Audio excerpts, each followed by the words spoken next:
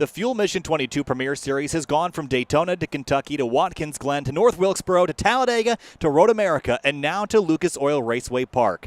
We're 13 rounds into a 16-round season, and with only 4 races left to go, starting here at Lucas Oil Raceway Park, we'll race in the Fuel Finals to narrow down our 12 drivers down to 1 at the end of the season and declare a champion. Welcome to Sim TV. My name's Kyle Heyer, joined tonight by Finian DeCuna. The band's back together tonight as we prepare for a 200-lap Fuel Finals event. And sorry to rip Finian out of the race car tonight as a backup broadcaster, but he's back in the booth, and I had to bribe him a little bit to get here, but here he is. Finian, welcome back. It's been a little while since I've worked with you here on Sim TV. I know it hasn't been that long since you've run a broadcast.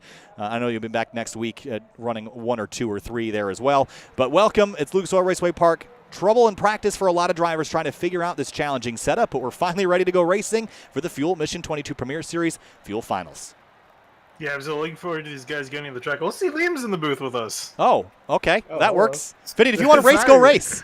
Go race. I'm sorry. No, it's fine. It's so Finian, you go race. You go do your thing. All right. Okay, bye. That's an old 2 minutes. I mean, that...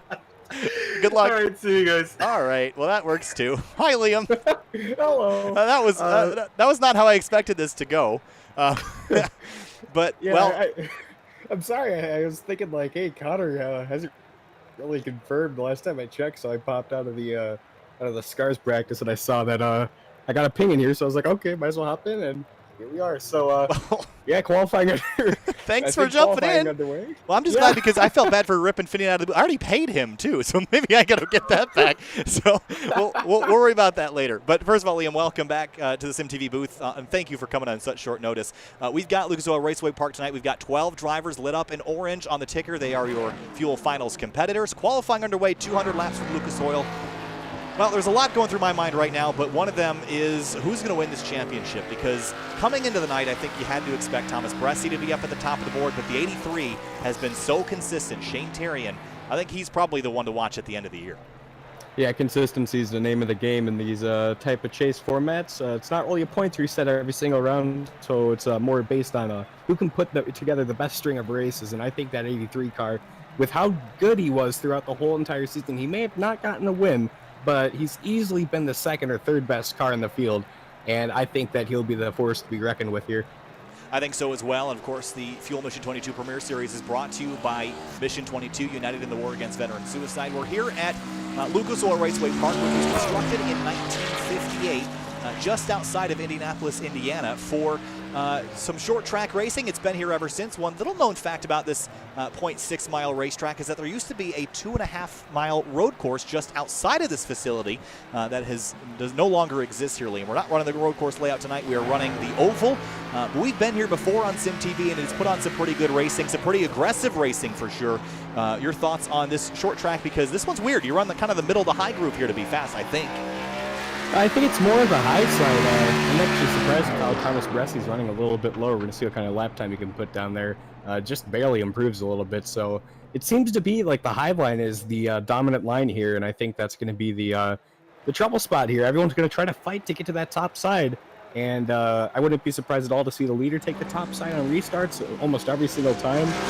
But we might see a few sliders gone wrong here as we see the 17 get really close to the wall. You want to hit that apex just nicely. It's kind of a weird kind of apex. You just want to sort of arc it in. You just get your car as close to the wall as you can and then bite down and try to cut down and get a good drive off that corner and get a nice momentum set up in the back. So Will Roberts, again, one of the drivers with the orange numbers. Again, he is a Fuel Finals competitor. If you'd like to watch live timing and scoring, as always, that is available at simtvbroadcasting.com/timing. As I noted in the YouTube chat, please let us know if I need to adjust some audio levels. I'm trying a new audio format tonight in terms of separating some tracks out to kind of get some more consistent volumes across the race car side of things. So please let me know in the YouTube chat if that needs to be adjusted at any point tonight. Qualifying is complete. Shane Terrian is on pole there, Liam, and that's not necessarily surprising and maybe a warning to everybody else that he's going to be the fast one to beat tonight. Yeah, and a few drivers that either didn't qualify or didn't put together a good qualifying time. Mitch Welker, I think I heard, this is his first time out here on this racetrack. He was just practicing the other night, and he was having some trouble with it, and he qualified one of the slower bunch that qualified, only about 12, 13 cars actually put in the time, so it's going to be interesting to see how the rest of the field tries to tackle this. So with qualifying complete, a relatively small field here tonight. Of course, at the tail end, Finian DeCuna, who was originally not going to race tonight because I had to, well, he was going to race, and then he wasn't going to race because he was going to be here with me, and now he's back on the racetrack. So good to get him back out there. So let's go over some keys to the race, and these are something that Finian and I talked about just before. Touchy, keep yourself off of the wall and your competitors, and calamity corners, Liam, staying out of the turn 2 and turn 4 exit walls, and late race restarts. If we get cautions late in the going, count on nobody to be your friend. Yeah, no one really can be your friend. Everyone's going to be, jostling and jockeying for any kind of position they can get. And, if you have a really late race restart, you might see some people hitting the entry wall because everyone's trying to be as aggressive as they can into the first corner and try to get that bite off and try to drive away from the field, because once you get a little bit away from the field, it's going to be really hard to pass. All right, so Lucas Oil Raceway Park, this race is 200 laps. This will be about an hour and 15 minutes. If we go from flag to flag under green flag conditions, I think that's wishful thinking. Let's roll through the starting lineup here, Liam. On the front row tonight, it's going to be Shane Tarrant in the 83 and Will Roberts in the number 17 in a Mustang. And in row 2, you got Colin Fambrough in the 5 and Robert F. Kenny in the number 34 starting forward. In row number 3, Tyler Hensley's number 44. Thomas Bressi in the 24. He comes in right on top of the standings. He'll start 6th. And you got Tom Bourne, a new face to the league, and 7th in the 84 car, and Chad Simpson in the 42. Riley Thompson and Mitchell Welker share that 5th row. Again, Welker is a Fuel Finals competitor along with 11 other drivers. We're going to let the rest of this scroll along the bottom of the screen as we get ready to go racing.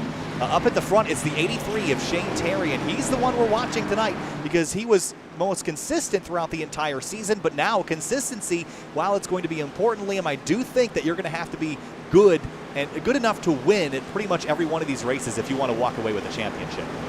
Indeed, and one of the drivers that I think we should really keep an eye on is Riley Thompson. He won the Majors race here with the Silver Crown car. He dominated that race, and he won the race. This is the pro-European split, so he was able to hold off and dominate that race and win. So I think he'll be one of the drivers that can drive up here and have a shot for the win here. But consistency is key, and we're going to see if Shane Terry can kick off this postseason with a bang.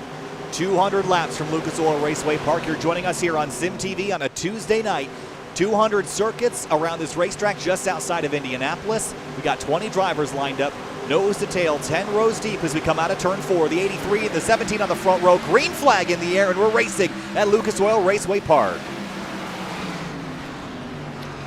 And as you see, big mistake there for that 83 car. He's going to let the 17 get the high side here, and that's going to set him up for the backstretch. Big mistake for him not to take the high side going into this restart here. That 17 is going to snag the lead away from that 83 car. It's going to be tough to get it back. Yeah, Will Roberts going to go around for the race lead. You see the 5 of Colin Fambrough slotting in line as well. The 17, again, is a Fuel Finals competitor with the orange number on the side of that car. Or on the side of the ticker, I should say. So we're going to have to watch him all night long to see if he can get some good runs going here. The 84 on the bottom, that's Tom Bourne. Chad Simpson has a little bit of a touch there with Riley Thompson, the 56, also Fuel Finals competitors. Yeah, close quarters off there, and I think Will Roberts is going to try to go for his first win here. I mean, I don't think he has won a Fuel Mission 22 Premier Series event, but they're side by side in the 1. That 84 is moving forward quite quickly. Tom Bourne trying to make something happen on the bottom of the racetrack. I think we knew coming in that the top side was going to be probably where you should be all night long, but maybe the bottom can get worked in with the rubber. We're going to see this transition happen throughout the night.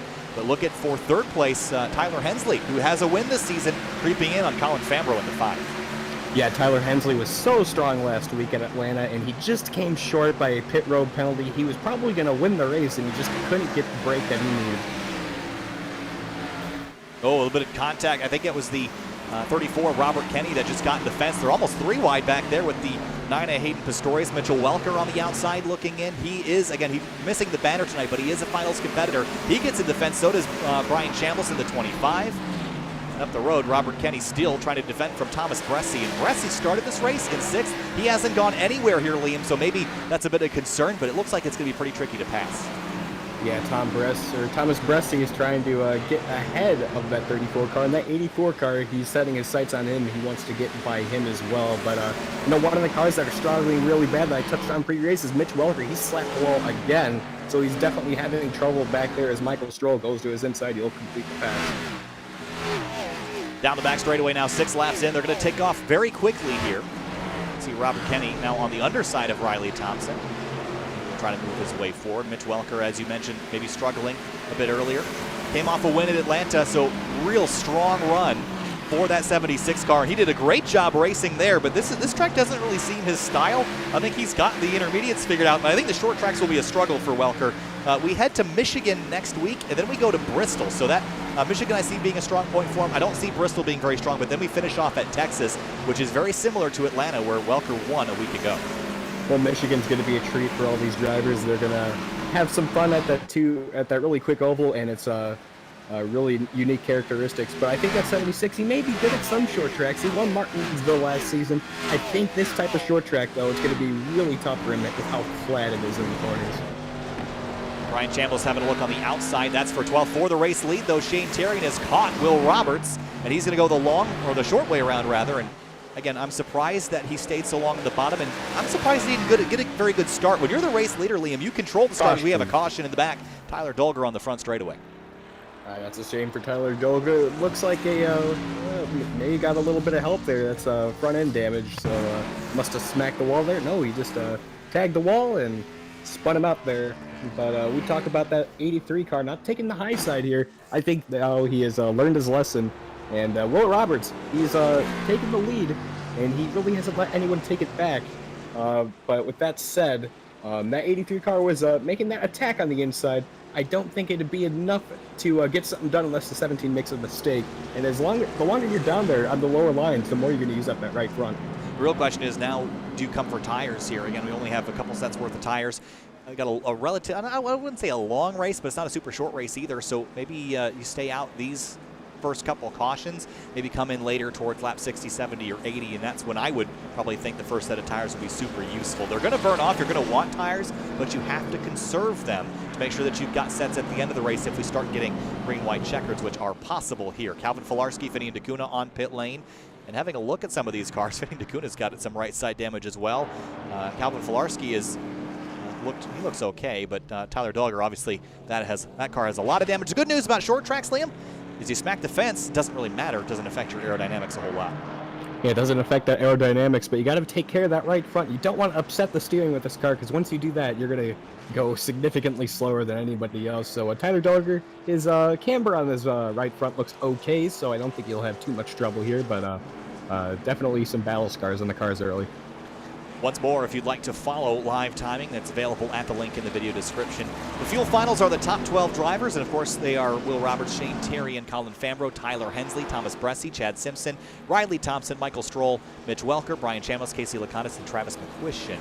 And if you look at the top 15 right now, I know we only have 20 drivers in this field tonight, which is a small field for fuel standards, Liam, but have a look at the top 15, and only 4 drivers are not Fuel Finals competitors. Yeah, it's a relatively small field. Only 9 drivers in this field are not Fuel Finals competitors. So maybe a few drivers, we see Nick Delicato. He usually does his normal start and leave, or not start and leave, but, show up and leave to log that start. Apparently, I guess that those starts didn't count for him. So looks like he has not showed up this week. But a lot of drivers, that we're used to seeing that they just haven't showed up this week is kind of surprising. And once more, if you're watching live on YouTube right now and not watching this race back on demand, I'm trying some new audio tricks tonight. So please let me know if the levels need adjusting. I've already kind of brought down the car audio just a little bit, so keep me updated if that needs to be adjusted. I like to make sure that you can hear the rumble and roar as well as the tiny crickets around the racetrack. I want to have it balanced nicely, so just keep me updated as we go through the night in the YouTube chat. All right, coming back to the green flag, the sun is setting, but it's just getting started here in the Fuel Finals. 83 and 17 side by side. Roberts chooses his drivers right. Green flag back in the air from LORP. And that 17 fires away right off the bat, and that 83 is going to have at least a little bit of a challenge from this 44 car. He may try to take the second spot away. Real tight as they come off of turn 2. Thomas Bressi trying to squeeze to the outside of the 5 of Fambro. He will get there, and that's crucial. If you can get alongside to the right, you should be able to get past the driver in front of you, provided that they don't run you up into the wall. That got real tight there, Liam, but going to be a lot of give and take in the first 175 laps of this race. Yeah, you have to, you have to take care of your competitors a little bit, and to have them take care of you back. So that 44 car and 5, they're battling hard. 5 giving a little bit more room than he did the last time around. So maybe he learned that it wasn't too smart to go aggressive that time, but that 44 runs really high. That's going to allow the 5 to get a nice bite off the corner, and he's going to take that spot away prematurely going into that lap. For the race lead, you see the 83 having a look at the 17. He's trying to turn down on exit and hook the apron to get the run on the back straightaway. It's sort of working to keep him alongside, but I just don't think you can complete a pass like that, not without destroying your tires. So maybe a short-term gain, long-term loss for the 83. I've been saying that a lot lately, but that seems to be how a lot of things are playing out here on SimTV.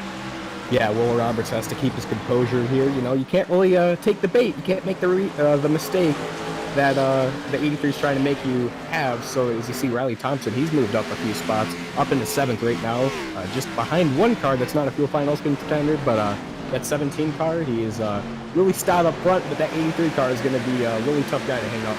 And Thomas Bressi is right behind his teammate Tyler Hensley, and actually I think Hensley's holding up his teammate just a little bit, and this might be a bit frustrating, and both these drivers, I believe, have wins this season. The 44 definitely does. I believe the 24 does as well. But Hensley famously got his earlier in the year, and that was a big breakthrough for that team to finally get a checkered after being in competition here for a couple seasons. Look a little bit deeper in the field. Michael Stroll, Chad Simpson, the winner from Daytona. Yeah, Chad Simpson, he's trying to roll into these playoffs with a really nice run here at LORP. The 8 car, he's been really strong these last few weeks. He's really gotten a lot more speed than he had last season. A really impressive improvement for this 8 car, and he's moving his way up past that 42 car, and also another really quick car. So Michael Stroll is going to move past him, and he's going to set his sights on Hayden Pistorius. Will Roberts has had a commanding lead of this so far, and you have to wonder, where has Will Roberts been all season? He has started to creep forward in the point standings and really been a threat in some regards. As we come in after Atlanta, looking at Will Roberts, his last couple finishes, he finished 4th at Atlanta. Then you have to look back to North Wilkesboro and Charlotte, 7th, and then the only other top 10 he has was Darlington and then Kentucky. But 29th at Talladega, 12th at Road America, 26th at New Hampshire. It's been a kind of an up or down season, but lately with that 4th place at Atlanta, it turned up the wick. But also North Wilkesboro, I don't want to say a super similar track, Liam, but close enough, 7th place. So maybe a top 10 in store tonight.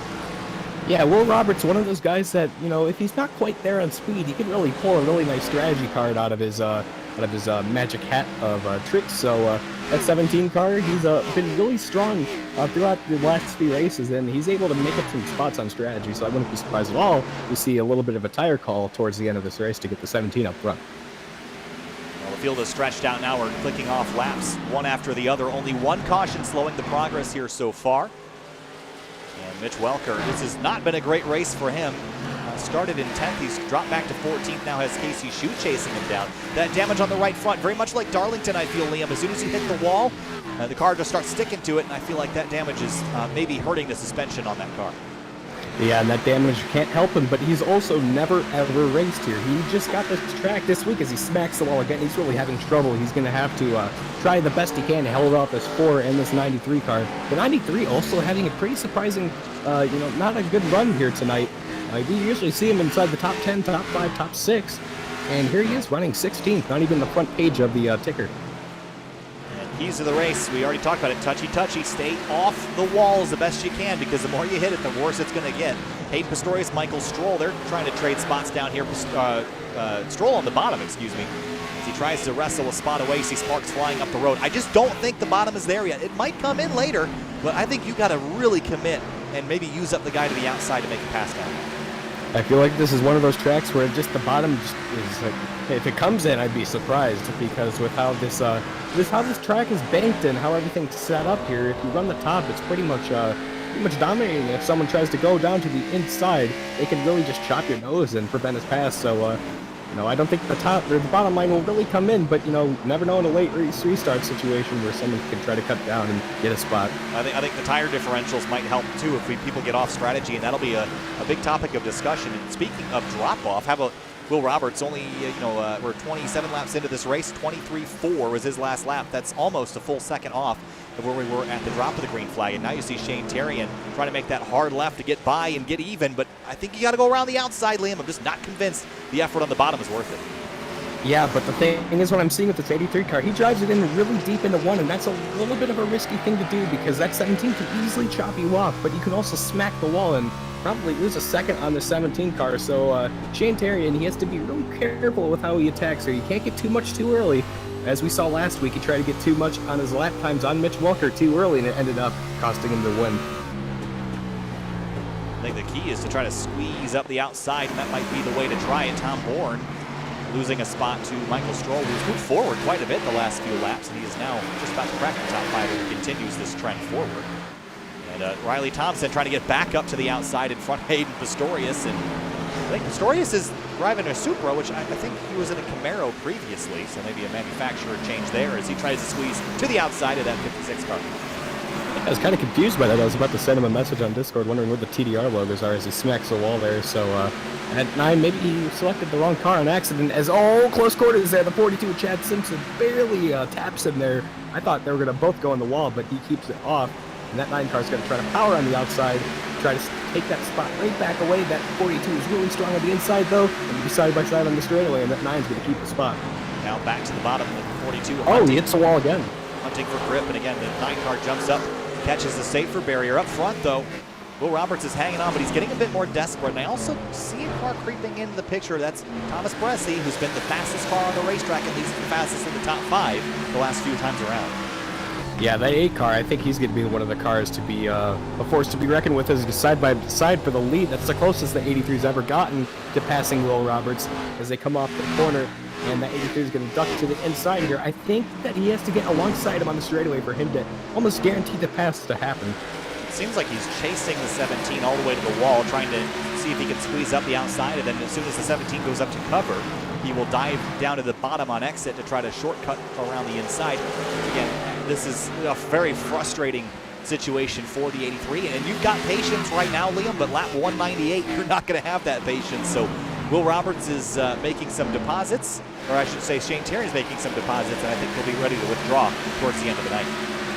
Yeah, that 83 car is, he's been a little patient this season, and maybe that's hurt him in some regards. He hasn't really been one of the more aggressive drivers with his driving style, but he may have to change it up a bit as we go into the finals, especially when you got a championship on the line. But that 17 car, he's starting to run a little bit lower, and I think that 83 car is using that as an opportunity to cut down low, as we got a lap car just ahead of this 50, Casey Licatos. Yeah, Casey Licatos, he has got some problems going on tonight. It seems like he's been way off the pace the last few laps around, running a nice-looking Grid Life Touring Cup base livery. And of course, Grid Life Touring Cup is the racing series that I announce in the real world. I'll be working for Grid Life full-time beginning in about a week. So he will dive off to the inside of the racetrack and let the leaders go by. But a good-looking livery, it's just not quite where he needs it to be pace-wise tonight as they put him 1 lap down. And this is definitely a big points hole he's going to put himself in. That's going to be a tough gap to make up. He's already 3-4 points behind the 93 car in points, so 50 is going to be behind everybody going into the next week at Michigan. So that's definitely not a good thing to have, especially when this is such a crucial part of the season. And there's no eliminations in sort of a knockout format. It's sort of a classic style fuel finals that we've got going on, sort of the old chase format. But you will be mathematically eliminated if you lose too many points, so you don't want to get yourself in a hole early here because you don't get a reset even if you have a win or anything of that sort. Will Roberts, Shane Terrian continue to go at it for the top spot here, and the passing seems really tricky tonight here, Liam. So tire strategy, fuel strategy will probably be the topic of discussion later in this event. One of the drivers that's been really good with their saving of their tires is the 8 of Michael Stroll. He's actually run quicker than the leaders. Maybe not this lap, but he's been slowly digging in to that lead. So he's not really falling off too much as the leaders are. So he's doing a really great job with conserving his tires. I think that's what's going to be able to win you the race. Good note, as last time by, he was quicker than leaders, and that time by about 1/10.5 of a second. So the 8 car is the one that we should be watching. Good eye there, Liam. Colin Fambro has also been creeping in slightly in the top 3. Now about 1.2 seconds out in front of Thomas Bressi, then 1.1 back to Stroll, and some battles midfield now behind Hayden Pistorius. That is Robert Kenny going for 9th place now. Yeah, Robert Kenny, he's been going backwards pretty quickly. He's trying to make the most of this run here. He's still on those same tires that he had earlier. I don't think that 34 is going to be able to get the pass in the 9. He just has to try to minimize however many spots he falls back. Chad Simpson stuck behind the 9 car now as Robert Kenny completes that pass. I think that goes to show you the relative weakness of the 9 at this particular moment. The fact that the 34 is able to go by on the inside. Simpson would like to go by as well, but now there's a car in the way. Yeah, there's a, I'm not sure who that is. That's the 84 car. Or not the 84, that's the 34. Oh, he runs the 8, or the 84 up the track a little bit. I thought he was going to smack the wall there, so maybe a little bit of impatience by that 34 car as the 5 is closed in on the leaders. I don't think that's really wise. He's using up his tires a little quickly as the 4 hits pit road.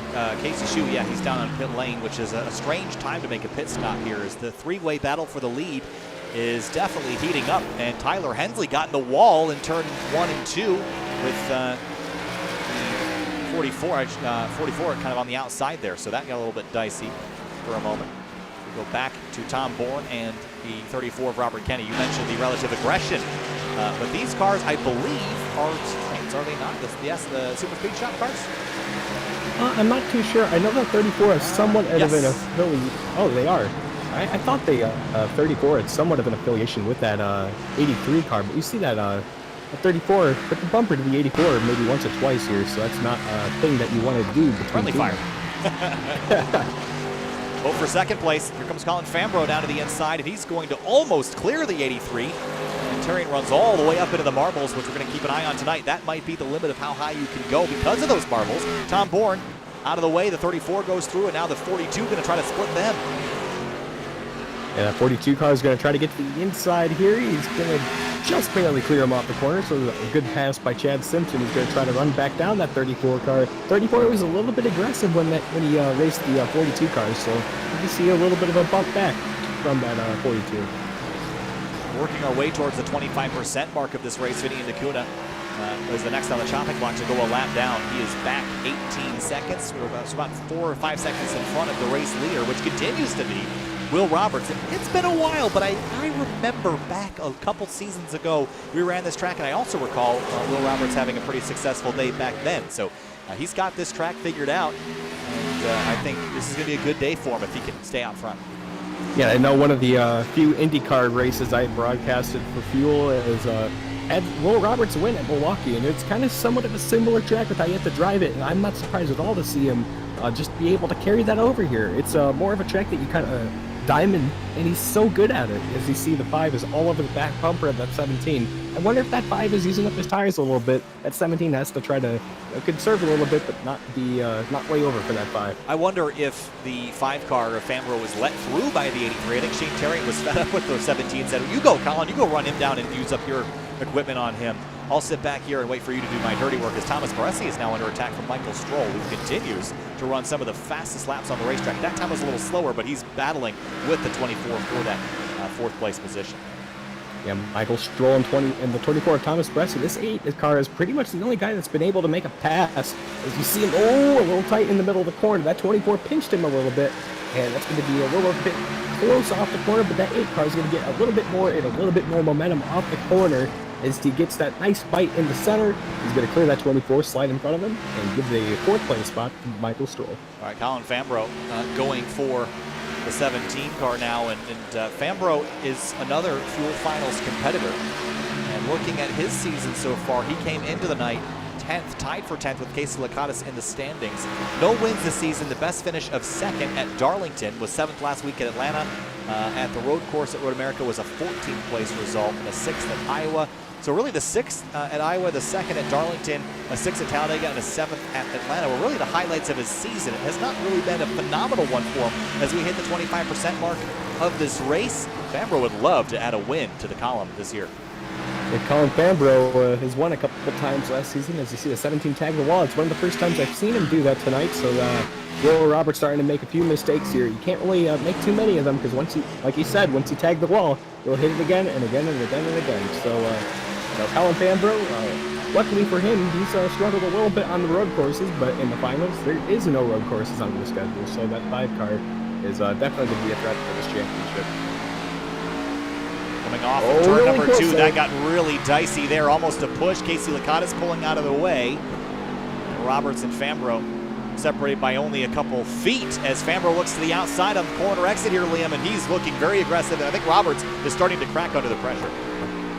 Yeah, Will has to get his composure back and try to hold off the spot, but that 5 did a really great job there. He got up to his outside in the middle of the corner where you want to apex, and he didn't let him go down. So that 5 car is really hungry for this lead. He wants to take it, and he's being super aggressive trying to do it. And got a great run here on the exit of turn 4. Going to squeeze the 17 up the racetrack. Fambro might be able to clear him down here in turn 1. Roberts chucks the car down to try to make it stick. He's in the fence, the wall. and he's still holding on to the outside. He throttles up mid-corner. Battle for the lead on the exit of turn 2. Fambro almost clear. Now pulls ahead of the 17. He's through. And that's the pass for the lead, and I think that 17 car, he's going to have to be aggressive. He has to get the spot back right now because that 5 car had to run a little wider in that corner, but he's not going to be able to do it. Give the lead to Colin Fambro. That was an immense pass for the race lead. That was something I have not seen in a while. Fambro getting the elbows out and kind of chopping the nose of the 17 car off there, Liam, and he did a great job, but he is through to the race lead. Yeah, and that was something I was kind of surprised to do, or that he was going to do. You don't really want to do that with the lead going, especially if you make a little bit of contact. It's not it's going to be interesting post-race there, but that 76 car, Mitch Welker, he's still gone backwards just a little bit. Oh, he's actually gone forward a couple spots, and I'm watching this because we talked at Atlanta about his ability to make cars last a little longer than everyone else, and he seems to have done that. However, as you can see, I think there's been a casualty off the front bumper of the 76, and I'd like to go back through the field and see if we can find what pieces fit the puzzle. I think Bourne got damage from somewhere else. But there's a couple cars with rear end damage. I'm not sure which of them had the wrath of the front of the 76 or whether it's a separate incident, but you can see he's had a pretty heavy hit there. And I don't think it's affecting his speed because he was almost as fast as the leader last lap. I think I saw a little bit of a ding on the back bumper of the 10 car. I don't know if we can have a look here off the corner. Yeah, a little bit of a push up in the center of the bumper, so maybe those pieces fit together here in the puzzle. Oh, well, maybe not. It's tough to tell. I think we'll get a story after the race. Casey Shue out of the race early. Not exactly sure why he pulled off, but 19th place result for the number 4 car. Tyler Dolger also out early. See if he could have a tank slapper on the exit of the corner. Still on the lead lap for now. Best battle is Thomas Bressi, and now he's under attack from Riley Thompson. If I'm Bressi, I feel like I have to be within a position or 2 of Shane Terry in every race this championship chase if you want to be in contention for the season ender and the championship when we head to Texas on November 17th. And if he loses his spot to Riley Thompson, I'm a bit worried. Yeah, and he has to stay in tow of that 83 car, and he's doing it right now, but he can't really let that go away here. If that 56 gets by him, he's been strong here as he's trying to get to the back bumper of that 24. Passing is really difficult here, but yeah, that 24 car is going to have to stay within a few spots. And one of the cars that really came into life last season in the playoffs, or the postseason, was Colin Fambro. He won twice. 2 of his only 2 wins last year were in the postseason. 1 at the opener and 1 at the season finale. So I think that 5 to Colin Fambro is going to be one of those guys that will sort of come to life here towards the end. And the 9 of Hayden Pistorius, maybe that's the end of the puzzle there as you see a little bit of back end damage on that 9. Ooh, the 76 real tight to the wall in turn number 1. Brian Chambliss and Travis McQuistion, they're leaning on each other through 1 and 2 as well. Elbows out here early, Liam. I wouldn't be making enemies. But again, this is short track racing, and this is what it takes sometimes to make a pass here, is get that right side up on the door and handshake through the window net, I think, is what they're trying to go for right now. Yeah, and that 25 got really close to the wall, maybe a little bit of a ding there as he's actually holding the wall a little bit. As the 56 goes to the inside, he's going to try to take the lead, or not take the lead, but take 5th away from Thomas Bressi. And he's going to get a nice bite off the corner. Great corner for Riley Thompson. And while he won't be able to clear, he'll get to the inside here, and he'll start to pull up a little bit more and more each straightaway. Trying to throttle up mid-corner here to build that run onto the front straight, or the back straight rather. He is unable to do that. He will tuck back in for 6. He's still relentlessly assaulting the inside area of that 24 car, and I don't think he's going to give it up anytime soon. So we'll keep our eyes peeled here for now. Starting to think about pit stops and when we want to make those under green flag conditions. They're going to lose 2, maybe 3 laps in this process, so it's best to plan it out. If I'm Fambro or Roberts or Terry, and I just stay out until the fuel runs out. If I'm Michael Stroll or somebody else, maybe you try something different. But Michael Stroll While he was faster mid-run, he is now lapping just slightly slower than the front three. Yeah, and that 8 car, you know, if you get a restart here, he'll be one of the cars to reckon with. But, you know, 6 seconds back, it's going to be tough to reel in on a green flag run as the 56 goes the inside. Nice little bite in through that 56 of Riley Thompson. As you see the wheel crank, that's definitely biting that right front up. Just trying to get to the point where he can clear this 24. Again, it takes so long to get this done. You see the same thing was going on between Chad Simpson and Robert Kenny a couple laps ago. Tyler Hensley going to hit pit lane, lap 66, maybe a planned pit stop here. As you see the background, the 76 of Welker going after the 9 as they come off turn 4. They're going to touch a little bit. Welker should be through. Yeah, one thing you got to be careful about when you pit a little bit early is, you know, if I pull up my Larry Mack trends from yesterday, in fuel, you don't really see a green flag pit stop go all the way through. You may see a few cars unlap themselves, but you usually get a caution towards the end of the cycle. So with the 24 and 44 pitting now, I think that's a good call, but they have to do everything they can to try to get by the leader again. So Thomas Bressi and 44 are having a nice call here, but I think it's a little risky right now. Bambro, Roberts, Terrian still out front, 68 laps into this race. We've seen a handful of drivers peel off, including Travis McQuistion. He has come on down for a 5-second stop. That was 57 laps ago, though, so he's due for another one. About 3 or 4 drivers from our front-running field have already made their stop. And again, I think we're going to see everyone kind of run a little more fuel out before they come on down. If you can get to lap 100, which I don't think you can, you could go the distance on one stop. It'll be a 2-stopper, I'm pretty certain, though. And I think we'll see these drivers go to maybe lap 130 or 140 before they make that last stop of the day. Yeah, 130, 140, maybe if you can, 145 is going to be the money window for you, and I think that'll be that probably will be the time for these drivers to come pit. You know, 70 laps in, maybe these guys are going to try to stretch a little bit more so they have that nice fresh tire towards the end of the race.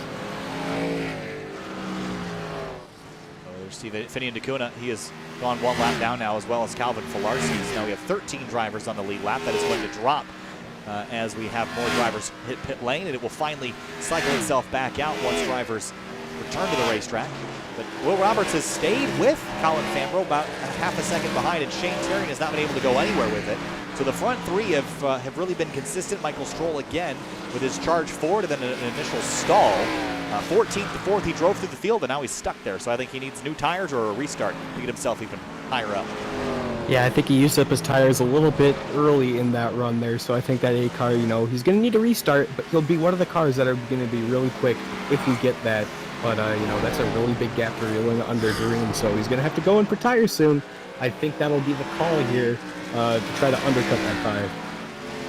Hayden Pistorius runs 9th, David Mott in 10th. Mitch Welker, though, we talked about the early damage he's gotten to this car, but he has started to turn up the wick, as we mentioned a few laps ago, and despite the damage, is one of the faster drivers on the racetrack right now. So it's too early. Oh, there's the caution.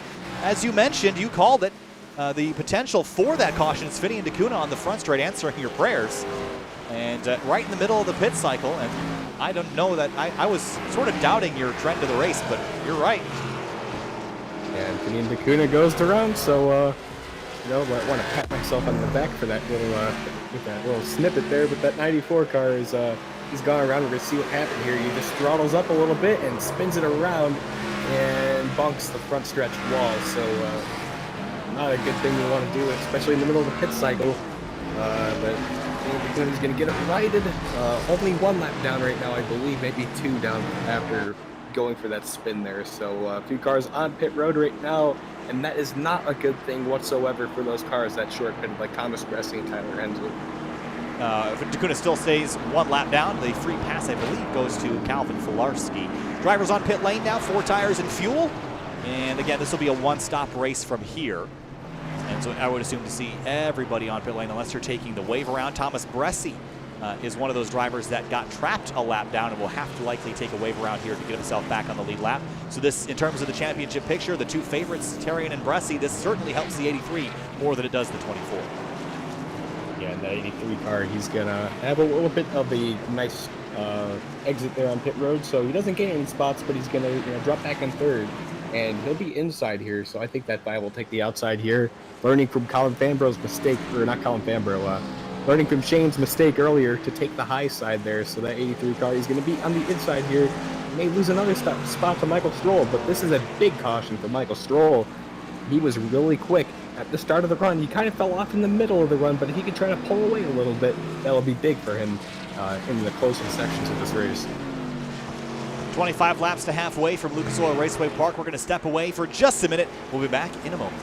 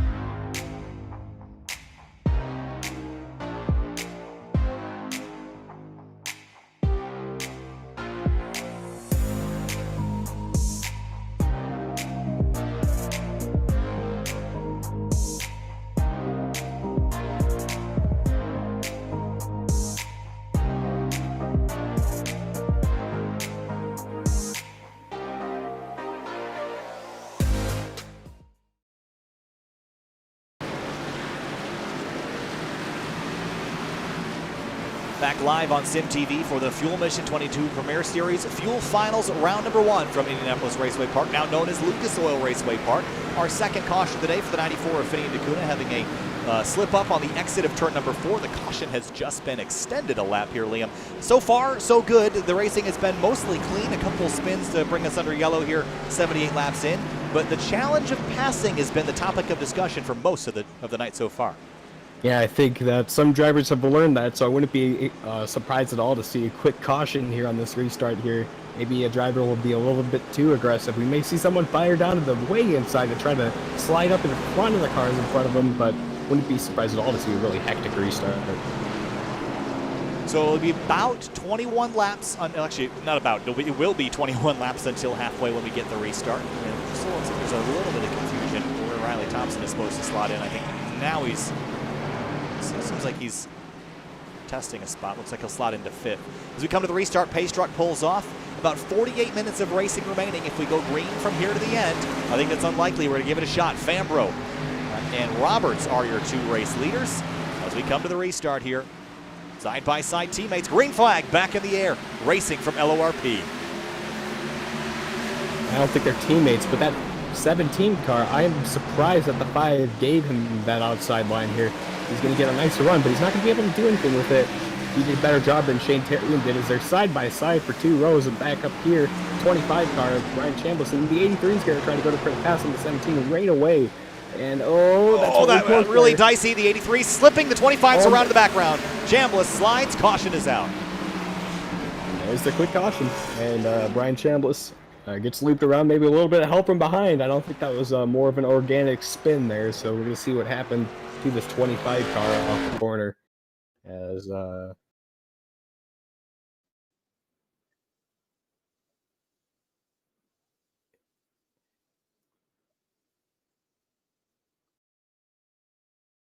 maybe in his best interest to have a little bit of help, kind of gave him a better angle so he wouldn't hit that inside wall. So maybe a little bit of a thank you from David Mott instead of instead of a why do you push me around. But that 25 car, he loops it around, he'll get it back going. Has a little bit of damage on that right side there, and that back bumper has seen a lot of other bumpers today. So Brian Chambliss being bumped and banged around a little bit.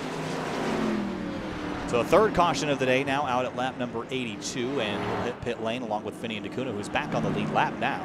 This is great for the drivers that just took the wave around, because they will come on down and get tires and fuel if they did not on the previous stop, as Fambro leads the way. Are we sure that the 5 and 17 are not teammates? Am I going crazy? They were last season. They are not now. Okay. I was thinking because of the Mustangs and why the 5 would take the bottom there. Maybe they're just friendly. Is because I don't see any reason, if you're the leader, I don't think there's any reason to take the bottom of the racetrack right now. I think you take the outside from here on to the end of the race. Now, the only reason why you might not want to take the outside is you give that inside driver a whole lot of control over where your car ends up, whether it's in the parking lot or between the lines. So I think on the inside, you've got control over that just because you can run up the driver up next to you into the fence. If you're on the outside, you're kind of the sitting duck. Yeah, if you're on the outside, you're pretty much, like you said, a sitting duck, and you really can't do anything if a car on the inside gets a good run into the corner. You're just kind of stuck up there, and you gotta hope that the car below you gets tight so you can try to fire off the corner. So, I think we're getting the one to green this time. A few cars taking the wave around. Next time by, still a yellow on the top of the ticker, so lights are still on the pace truck. Next time by should be 1 to green. But we've had a lot of green racing and now a couple of cautions to shorten things up. And as Larry Mack always said, cautions breed cautions. So how many do we have left to go? Do you think we'll go green from here or get a couple more before we get that run? I think we'll see a little bit of fireworks towards the end. Maybe we'll go green for a good while, but I think some drivers will start to make a little bit of desperation moves to try to get a spot or two, because every point matters when you're chasing for a championship here. So I think that we're going to see maybe a little bit of sparks fly and tempers raise and everything. And towards the end of this race, if we get a caution, that's going to be a really hectic end of the race. Still yellow flag out there on the racetrack. Have a look. Top 8 drivers, all Fuel Finals contestants, and 9 of the top 10 are Fuel Finals competitors. Good day for Welker, which despite the slow start, he's up into 7th place. Having a pretty good run now. I think obviously there's 6 drivers ahead of him that he would like to be in front of, but he just made it into the finals. I don't want to say by the skin of his teeth, but maybe a bit of a surprise for the Atlanta win last week. So Welker, I think the expectations were low coming in, but if he could finish top 5, top 4, then he could certainly launch himself from outsider to sure championship competitor with a decent run tonight. Thomas Bressi, got to be real cautious running this far back. You got a lot of work to do in the next 100 laps. Yeah, and that caution was a big one of those things that you really don't want to have in a big dent in their track position. They are behind everybody, and I think that's why the 76 and 93 cycled themselves 7th and 8th there. So the 34 car, he's also gone backwards. So a bunch of drivers having a bunch of bad luck at this restart with the cautions here. So as we're going to get the pace truck diving on pit road, and the 5 car is going to take the outside here. He learned his lesson last time. Coming to the green at lap number 87 of 200.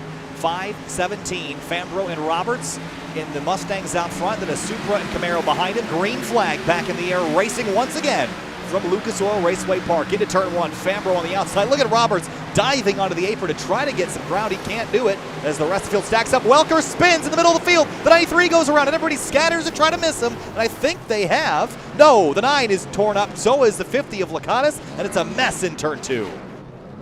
And I don't want to say I called it there, but I saw those 2 cars up further in the field than I was used to seeing through this race, and they tried to get a little bit too early, and sparks flew. So that 93 car and 76 car got spun around. We're gonna see what happened here. As 76, just overdrives the corner, and yeah, he actually gets the 93, so they got together and spun. So that's what spun the 93 car around. So the 76 was able to escape damage. The 93 can't lock it down fast enough, and the 50 pile drives the 9 into the 53, or excuse me, the 93. I'd like to ride on board maybe with that 9 car, Pistorius. Here we go.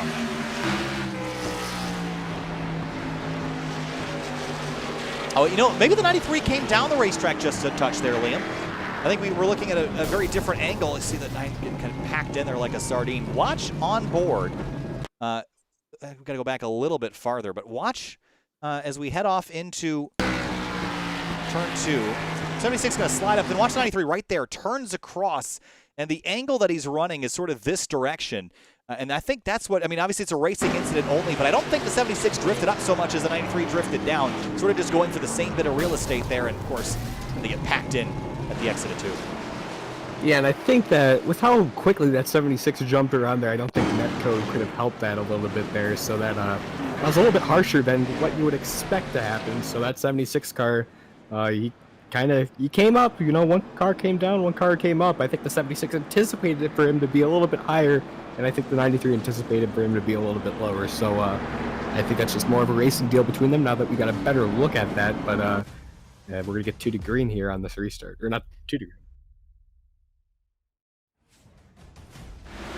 Off into the first corner. Have a look from up above. Watch the 17 dive down under turn 1 and 2 here, and noses ahead for a moment. Then the 5 out front, and the caution flies, and there's 17 and the 5 have a bit of a touch there coming out. So they were racing very, very hard for that top spot when the caution came out, but the 5 stays on top. You can see when that happened, the 5 came down a little bit on the straightaway, maybe showing that, hey, what the heck was that, dude? So 17 try to get the lead. I mean, can't say you didn't try it. Gotta wonder who's gonna try it, and there it was. And just couldn't quite get the track position he could to try to clear that 5. So maybe he has to have the 5 overdrive the corner a bit for that slider to work.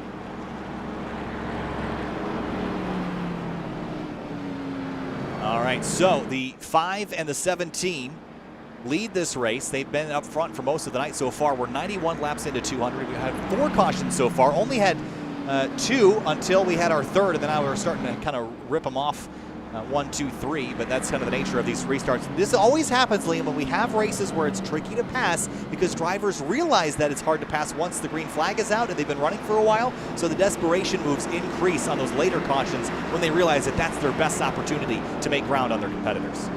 Yeah, and a bunch of drivers, I think they didn't really sort of process in practice how difficult it would be to pass because a bunch of drivers are on different tire stints and everything. So maybe passes that they thought would work do not work with everybody on equal footing with tires. So I think that a bunch of drivers now know that it's going to be incredibly difficult for them to pass here as the pace truck is about to peel off onto pit road, and there he goes.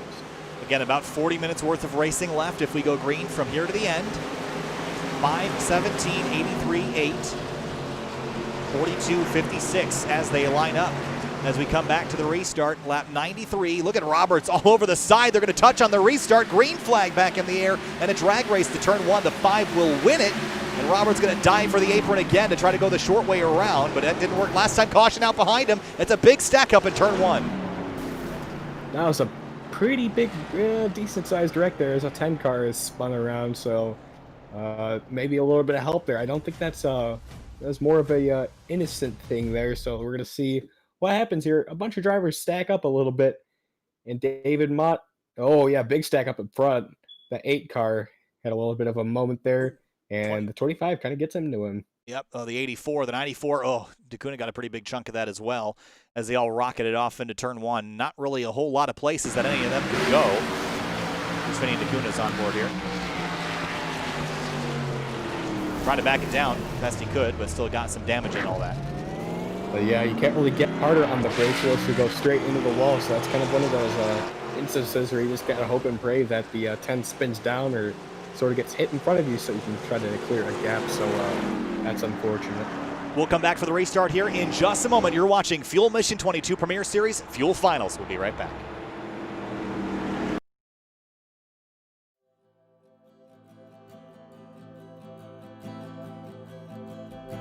If there's one place that defines American motorsport, it's here.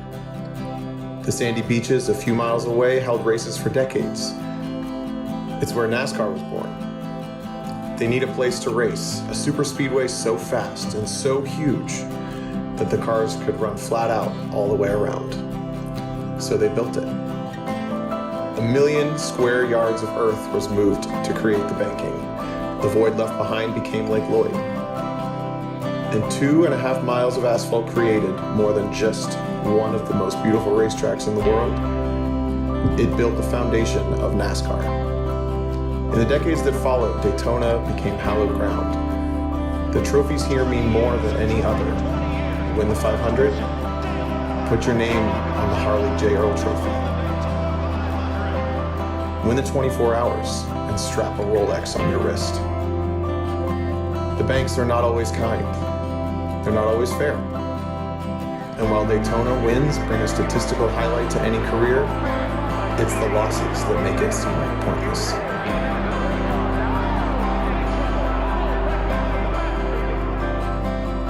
But for every untimely ending, there is a triumphant healing.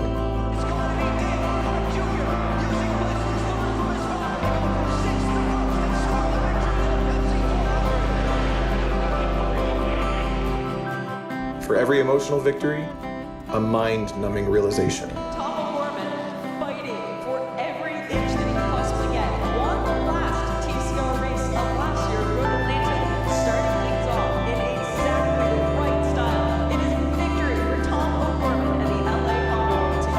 I won at Daytona. I earned a trophy at the World Center of Racing.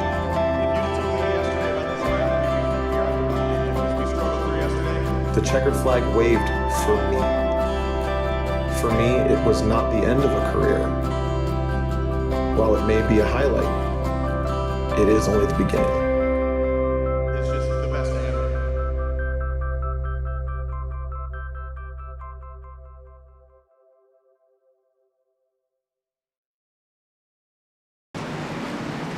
Back live here on Sim TV, getting ready for the restart. Lap number 98 of 200, approaching halfway here, Liam.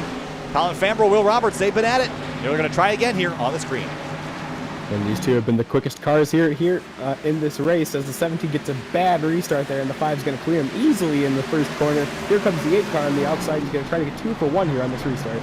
And the desperation moves, like I said, will increase. Look at the 8 of Michael Stroll around the outside for second. He's going to go up and jump an entire row. He moves himself into second place. Now Roberts under attack from Terry, and Roberts chucks it into 3. And he's going to, just barely graze the wall there, and that 17 is going to lose another spot, and then the 56 is on his bumper. Riley Thompson has to make quick work on Will Roberts here. That 17 is being super aggressive. Ooh, and another car in the wall, it's the 34. But here they are, the 8 car is going to try to take the lead away from this 5 car of Colin Fambro. He's been quicker than the 5 was in the early stages of the run, so I think that 8 car is going to be the force to be reckoned with. And look who's coming here, the 24 of Thomas Bressi. He was a lap down, stuck on a bad part of the sequence when the earlier caution came out. He sits in 7th place right now, so he's been able to recover from that lap down scenario and get himself back inside the top 10. That's crucial as we hit halfway to see him bullying his way by the 42 of Chad Simpson. He's through now. Thompson getting by the 17, so Roberts going the wrong direction with the increase in aggression. And Riley Thompson is going to try to get to this inside here. He's going to pull up alongside him on the straightaway. That's exactly what he had to do. And the 17's going to not let him have it, but he's starting to ease up a little bit. He's getting way more aggressive on that outside. We're trying to get that bite down. Oh, really close there. The 56 just barely clears him off the corner. They're single filed out now up against the safer barrier. Fambro has the lead. Michael Stroll is here and ready to party today. In the 8 car of Stroll, his season, he has not won a race. He has entered 12 races, has 9 top 10s, so that is almost the best of the series, only short of Shane Terrian's. So he'd love to get himself in victory lane here today, and he's ready to use that bumper to move himself forward. And he's definitely improved a lot from last season. I'm actually really surprised by the amount of improvement he can get within 2 months. So that 8 car, he's been really strong and he's really hungry for his first win. I wouldn't be surprised at all to see maybe a little bit of a bump from the 8 to the 5 to try to get his first win. Off into turn 3, the 8 car pushing the issue for the top spot. Terrian lined up behind him in 3rd. Bressi's now up to 5th, charging forward on this restart. The 17, who was 2nd, is now down to 6th, so he is definitely going the wrong way. Mitch Welker trying to come back forward after his spin a little bit earlier. And he's looking aggressive now on the 93 of McQuistion. This would be a not good day for the 76 based on how many drivers in the finals are ahead of him right now on the racetrack. Yeah, definitely. He'd be second to last of the drivers in the finals right now. And he was the last guy in, so he's going to be the last seed. So that's definitely not a good thing. I think the second to last seed was 50, so definitely not a good thing for that 76 going into this postseason. You got to start off every race with being up front and staying up front, and that's exactly what the 5, 8, and 83 have done all day today. So singled back out, Vinny DeCuna back on the lead lap as well after all that. And as we single back out, we're under 100 laps to go. Again, we can go about 70 laps on fuel, so I think you're going to see drivers maybe hit pit lane from anywhere between lap 140 to 150 just to kind of split this run in half, as the 8 car dives to the bottom in turn 3. But Liam, as we saw earlier, this takes a while to happen unless you touch the leader, and he almost got into the quarter panel there at the exit of 4. Yeah, this aggression is going to start to pick up. That 8 car doesn't want to spend too much time behind the 5. so he's gonna probably put a bumper to him. You know, you gotta remember, you're chasing for a championship. You can't make friends, especially this late into a season. So that 8 car, a little bit of aggressive driving between this 93 and 76. I don't think these guys are happy with each other. Oh, caution behind him, or actually in front of him. Colin Fambro spins. And there it is. Wow, I wonder if there was a touch. There has to have been contact. Let's go back, have a look. The 8 car and the 5 car going down into turn 3. Was there a hit here? Oh, yeah, he turned him around. And that's what triggered. He didn't actually spin all the way around, so the caution did fly, even though Fambro saved it, which was a great job, by the way. But Michael Stroll to the lead, and Shane Terrian hits pit lane. And that's interesting for sure. And that cycles out to 56 in second, I believe, about to be. And there he goes. He's going to pop into second place there. And well, this is going to be an interesting restart here, especially with that 5 going to be third here. So you won't be fight Michael Stroll and take it the outside just to make sure that 5 can't pay it back right away. I mean, and obviously I don't have access to the comms right now, and I'm sure that there is a verbal disagreement of sorts.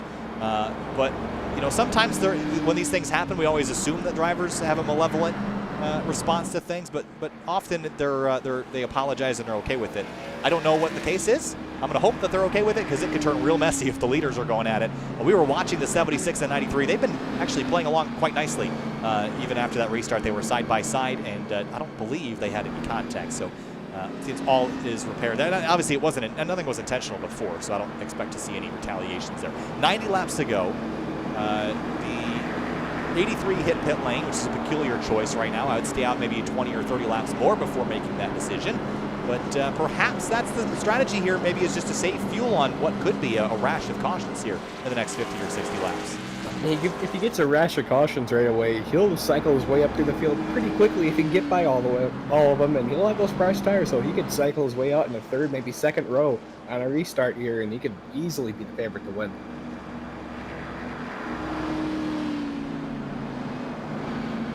So working lap number 111. So far in this race, it's been surprisingly docile until the halfway point. Then it's been pretty crazy. We've had only 2 lead changes, which is pretty insane, because I think we had something like 18 or 19 at Atlanta last week, and typically you'd expect there to be more at short tracks, but it's so hard to make passes on the high side here. We have had 6 cautions in 112 laps, which really isn't all that much. We've just had them spaced together very closely. Yeah, we've seen them, you know, we had a pretty big run. I think we almost went half the race clean and green, maybe a few scuffles here or there earlier in the race, but I think we've gone at least 100 laps under green, so that's nice to see. But, you know, once we get into this later half of this race, you know, we're seeing a bunch of patience starting to wear out and a bunch of temper starting to flare, so, you know, everybody's starting to notice that you can't really make a pass on the low side, and, you know, a bunch of drivers paying the price for it. Well, Finny Naguna told us during that last break that he felt responsible for the rash of cautions because he was the one that sort of triggered a whole bunch of them to come out. He runs inside the top 10, so it has worked out for him as we get the 1 to green. Never count anybody out in a race like this. We've had our familiar players at the front, but I don't think it's out of the question that anybody could go up there and win this race with a little bit of luck. So keep our eyes on drivers just outside the top 5. Tyler Hensley's been hanging up there. Brian Chambliss has made his way inside the top 10, so lots of drivers still could get this done. Yeah, a bunch of drivers can still get this done, and I'm keeping my eye on that 56 on the inside as the 5 actually slots down low, so maybe we had a little bit of a confusion there on which lane he was supposed to be in, but the pace car's on pit road, and it's going to leave the green, and he's about to go here, and the green flag is back out in the air, and Michael Stroll leads him. The 8 car Michael Stroll got the lead with a push and a shove. He's going to bury Colin Fambro in traffic on the bottom on the restart. Bressi up to second place after being trapped a lap down earlier in this event. One of our keys to the race was late race restarts. We're getting to the point which I would just describe as late in this race. Will Roberts continues to drop down the order after running as high as the lead for many laps earlier in this going. 52 laps over a quarter of the race he had led tonight.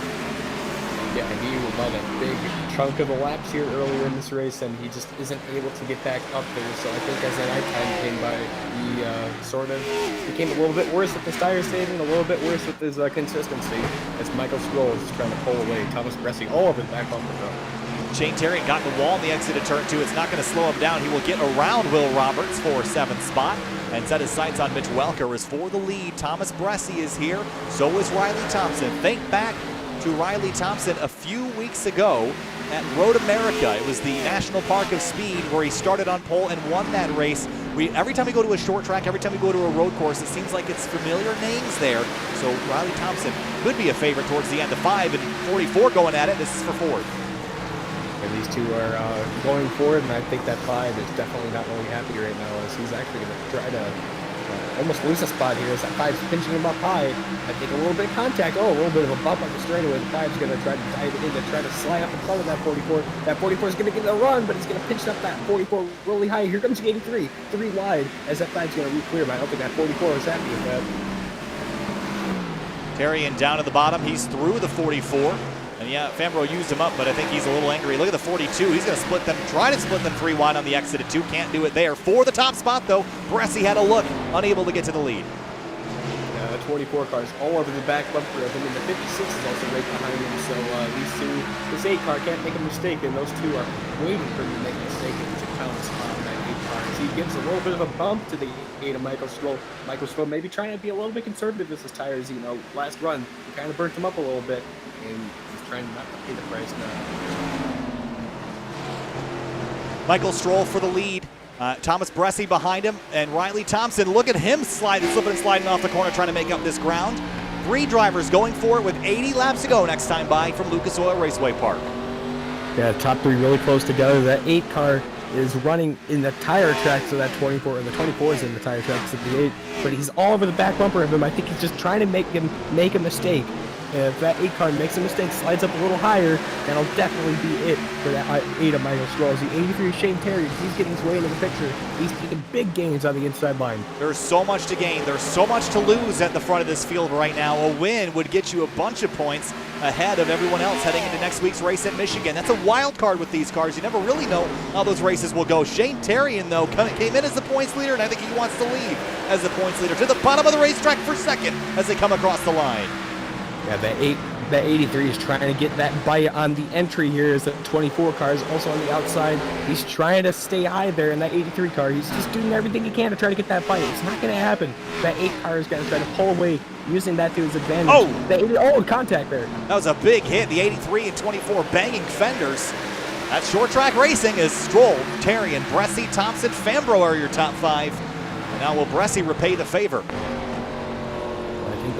I think the big question is, will that 5 be a little bit more aggressive, especially with those competitors that raced him tonight? So that 5 car, he's closing in on this pack here, almost just over a second and change on that leader of the 8 of Michael Stroll. The 83 is inside. He's going to try to take the lead away, and then quite get it. And that 8's going to try to pull away in straight away. Going to give it another shot down here in 1 and 2. Look at him carry the momentum all the way up towards the marbles in the middle of turn 2. Arc it down on exit. Try to build that run on the backstretch. In the background, you see Will Roberts desperately trying to cling to a top 10. He's fallen all the way down to 9th. As for the lead, this battle continues. Now closing in on 75 laps to go. Here they come on the front straight. Yeah, that 83 got a really good bite in the center of the corner. The 8 car did not, and he's going to try to get a wider arc. You're going to try to make up for it. That 83 is going to get a nice solid entry into that corner. The 8's going to try to cross him over. Not enough of momentum, and the 83 to the lead. Shane Terrian coming into the night. Talk about a season that has been very consistent. 6 top 5s, 10 top 10s in 12 races, but no wins to put in the column. And that's been the case for many drivers this year. But Terrian would like to put a cap on it with at least 2 or 3 wins, and he might get one tonight with 75 to go. Look at 3rd place. Bressi now under attack from Riley Thompson. Yeah, Thomas Bressi has been all over the back bumper of someone, or the 8 car, and it kind of paid the price now as the 56 is able to save a little bit of tire, but that 24 is starting to settle himself back in and try to get some consistent lap times down. But that 56 has been really good with his tire saving. I think he'll be one of the guys that are going to be the force to be reckoned with. It's a 42 just for the pass on the 44. 44 has been going backwards a little quickly on this restart. Calvin Filarski inside the top 10. This is a driver I always like to watch just because the paint schemes are always so slick on these cars. He's inside the top 10, battling with Robert Kenny for that position. Whoa, Roberts and Mitch Welker going at it. Roberts going to be the fence in turn number 1, and Calvin has to slam the brakes. Getting dicey here with him in the 76. think that was a little unnecessary for that 76 to do that, especially that earlier in the corner. And that 76, he's been having a pretty big struggle of a race. He's gone backwards fairly quickly here, and he's going to try to hang on ahead of these PMS cars right behind him, the 2 of the 93, and that 34 is doing everything he can to try to get the bite on the 2, and just can't quite get that. Welker has had what I would call an up and down night. He's sort of in the middle right now. Again, he came in as definitely an underdog, but I think if he could make it through this race, going to Michigan will be not too bad for him. Filarski closes in, the 93 and 34 having a pretty good scrap for position. This is one of the best battles on the racetrack. Next time by 70 laps ago, we're ticking him down. 27 minutes of racing remaining. Yeah, ticking him down quickly, and that 76 is getting a big mirror full of that 2 cars. So he's going to try and drive away a little bit here, as the 83 is starting to gap the field by just over a second, and that 5 car is getting really close to that 56 of Raleigh Thompson. Out front, Shane Terrian has set sail. We wondered why he went to pit road a little while ago. That's why. 21 laps in his pit stop, 57 since Stroll came down. They will all need to pit at least one more time from my understanding, so plan that out as you will, but Terrian's track position advantage is going to be pretty enormous. Unless we get a caution, it's going to be hard to run down the 83 again. In the background, though, Mitch Welker holding up that train now of 3 cars. And with the damage on the car, it might be affecting the speed, but the 2 and 34 and the 93 are all coming after him now for that 9th place position. Yeah, corner speed is definitely not the 76's strong suit right now. He's kind of even on the straightaways, but that 2 car is so good in the center compared to that 76. He can try to maybe put the bumper in him, but he just can't get close enough. And Mitch Welker really struggling in this race.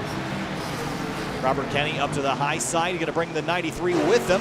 Almost in the fence. Again, kind of arcing it late. Try to carry speed onto these very short straightaways for 3rd place. Here comes Thompson to the bottom, trying to use that yellow line to pull the car around. And he's going to have a great run down here into turn number 1. I'm going to try to clear, but he might have to run up the 24 up the hill. Yeah, he's trying not to be too aggressive here, but that 5 car is all over the back bumper of that 24, and that 56 is doing everything he can to try to make something happen on the inside here. So that 5 car, a little aggressive there, really close, almost got into the back bumper of that 24. Trying to squeeze up on the outside of Thomas Bressi. He's not able to get there, but he is opening the door for the 42 of Chad Simpson. And Riley Thompson, for as much ground as he was making on the bottom, he's going to lose 3 times that in 2 corners on the bottom of the racetrack. So going the wrong direction now as Terrian continues to stretch his lead out. Now 3 seconds on the field, which is almost, I don't know, about a 1/6 of a lap. Yeah, it's definitely a big feat, but he has those fresh tires, and everyone else is going to have those fresh tires. So if he stays out, that's going to be prime opportunity for everybody else to come and just blow right by that 83. Seems like things have settled out a little bit. The 76 catches the wall once more. The right side getting pretty worn off that machine at this point. The 5 and 24 for 3rd place continue their fight. And off it in 1, they're going to get really tight. Maybe rubbing some paint here, but Fambro wants by, and Bressi doesn't want to give it up. Yeah, you can't give an inch here, especially in this postseason. That 5 is being a little aggressive, and who knows, maybe that might come to bite him later in the season. You don't want to make your enemies early, especially in the postseason. You got a championship on the line. Chad Simpson's got a great view of this from behind. And I think the 5's through. Bressi knows that he had to give it up, but that's going to open the door for the 42 now to stick his nose to the bottom of the racetrack. Bressi cannot afford to give up all this ground with his nemesis and the points leader out front. Yeah, that 83 is pending a caution. He pretty much has this race in the bag, even with the pit stop. So that 83 car has it made up front. He just has to make sure no one else gets a little too aggressive and gets together. But that 42 is really trying to work that inside on that 24. The 56 is just behind him. He's just trying to let this play out how it is. He's going to try to get to the outside of Chad Simpson here, and he'll be able to do it. And this will be beneficial if he can get to the outside on the straightaway. I strongly disagree with the fact that Shane Terrian has this in the bag. I think it's always not a good thing to say we have it in the bag, because there's still 60 laps of racing to go. And regardless of his current situation, things are always able to change. So let's not give it away just yet, as these two are battling. That could be our caution right now. For 24 and 42 off into 3. The 56 now goes high. He's going to try to follow him up there. And Thompson, I think, is quicker than the 24. Was trying to pass him. There's a hit there. And I think these guys are a little upset with each other. Yeah, a little bit of a checkup mid-corner. Maybe the 24 drove it in a little hard, and that 56 was just right there. But that 442 is doing everything he can to try to get to the inside on the straightaway, but he just loses a little bit of momentum. He just can't quite stay on his inside for him to set up a pass going into the quarter. But he's able to hold on strong on the inside, but that's chewing up that right front tire. Thomas Bressi, I think, is struggling on these tires at this point. He's probably worn them out a little bit, and the 56 has been stuck on the bottom. He's been stuck on the top, and the patience will run out as the laps tick down. The sun is going down. The intensity is up. Sparks are flying, and tempers are flaring at Lucas Oil Raceway Park. Thompson trying to figure out how to get himself back inside the top 5 and compete for the Fuel Final Championship in Texas in a few weeks. Side by side on the front straight for 4th. Yeah, you can't lose too many points on the guys in front of you. He's been one of the drivers that's been really quick almost everywhere as the caution comes out.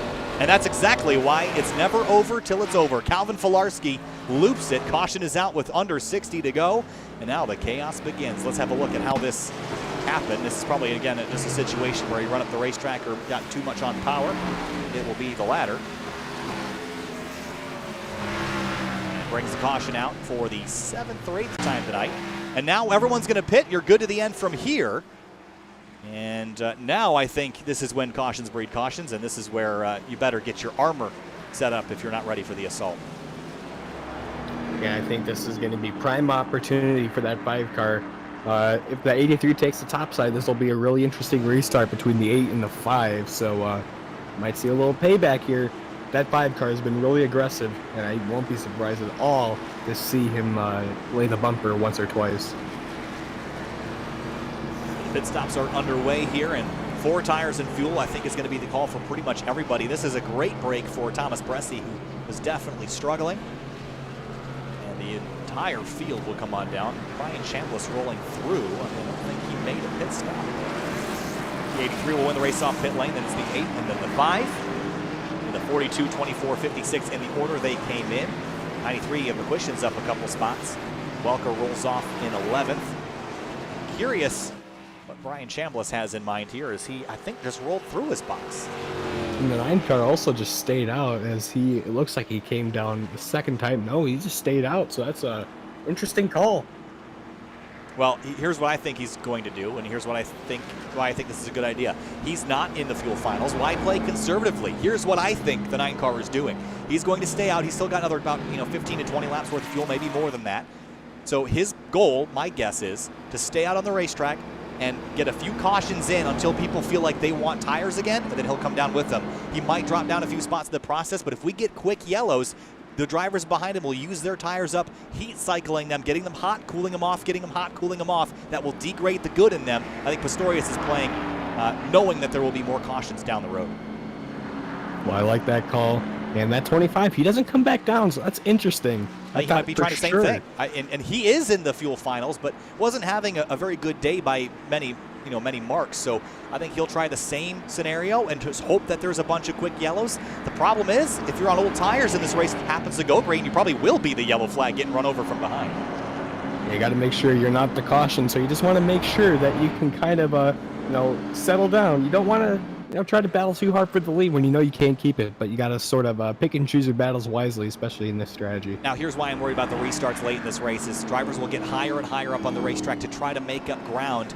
Here's the problem with that. If you look on the left-hand side of the screen, pretty much there is basically the racing line are these grooves here.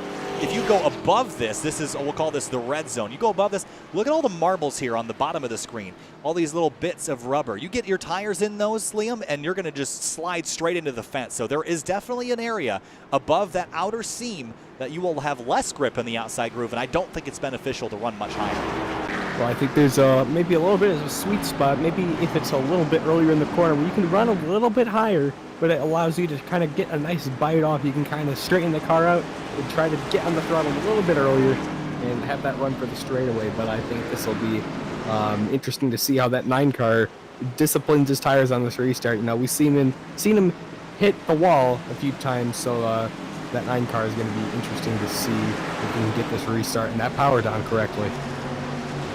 Coming to the restart, be 52 laps to go this time by Pistorius, Terrian, Fambro, Stroll, Bressi. Green flag back in the air, 52 to go. Pistorius, the 25 did pull off, so the 9 and 83 lead this race, and the 9 is hoping for quick yellows because Jay Terrian goes by to the race lead. And look who's battling behind him, the 8 and 5 side by side, and that 9 car is going to hold up the 5. Oh.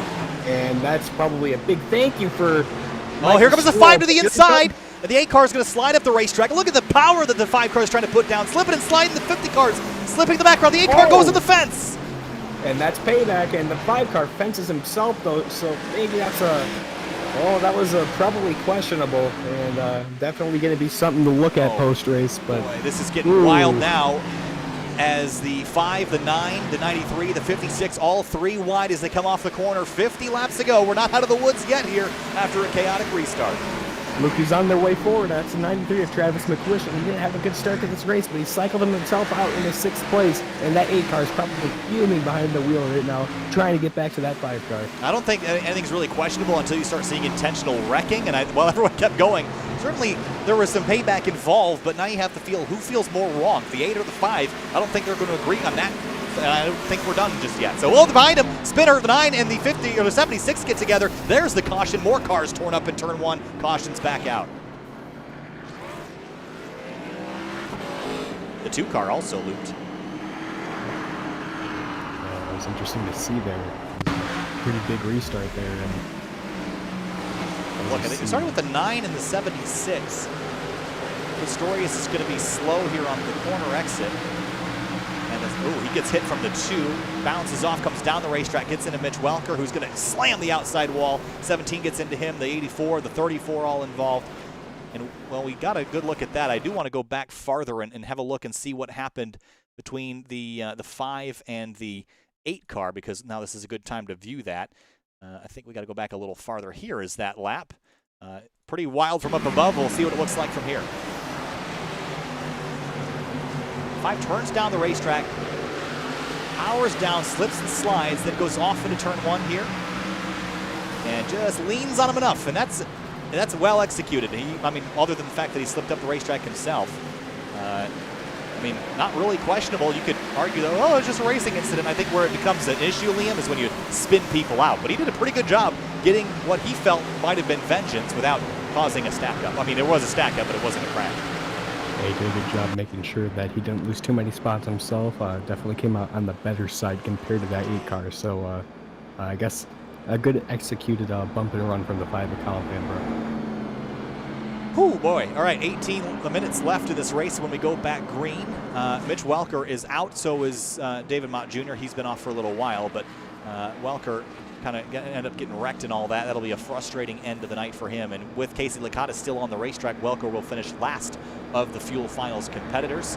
And I feel bad for Welker because other than the one time he slipped up into the 93, the rest of the night he was just kind of the paddle, and everybody else was the ping pong ball running into him. So I should say maybe the other way around. Everyone else was the paddle and he was the ball tonight. So getting ping ponged around, a frustrating way, especially at a short track like this when you feel like you can never catch a break.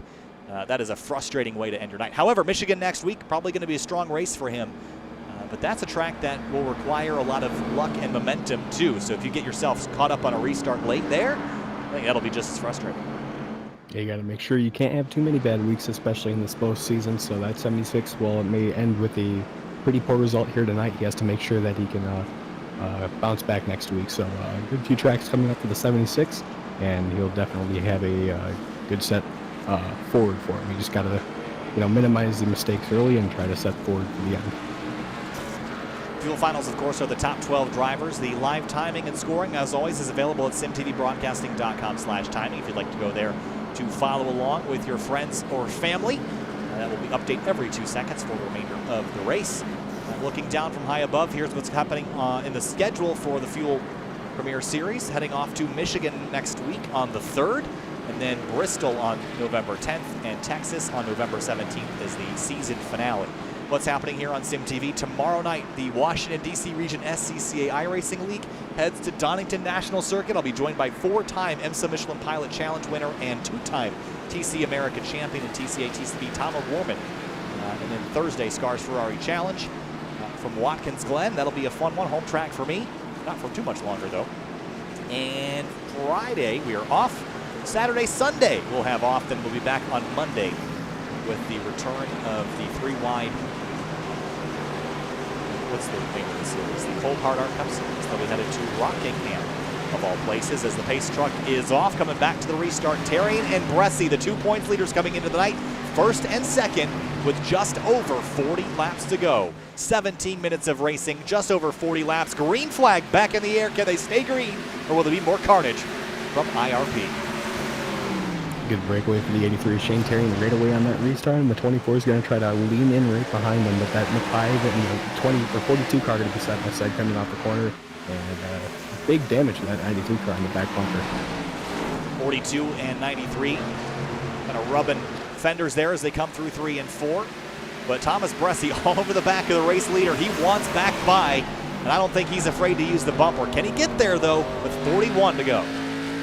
I think that bad car used up his car a little bit, trying to get a little bit of payback to that 8 car, as you see him struggle to try to keep up with that 24 and 83 car. So that 83 is going for his first win, and that 24 car wants a win to start his postseason.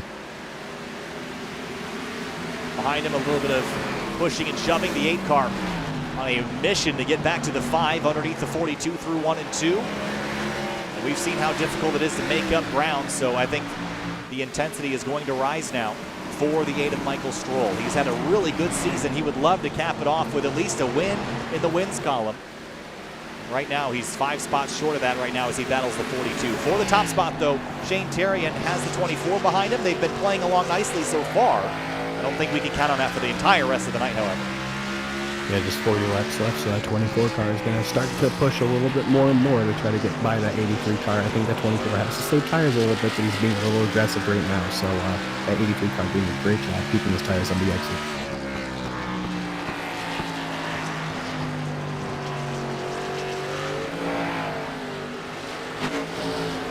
The battle back here behind the 42 of Chad Simpson, the 8 of Stroll.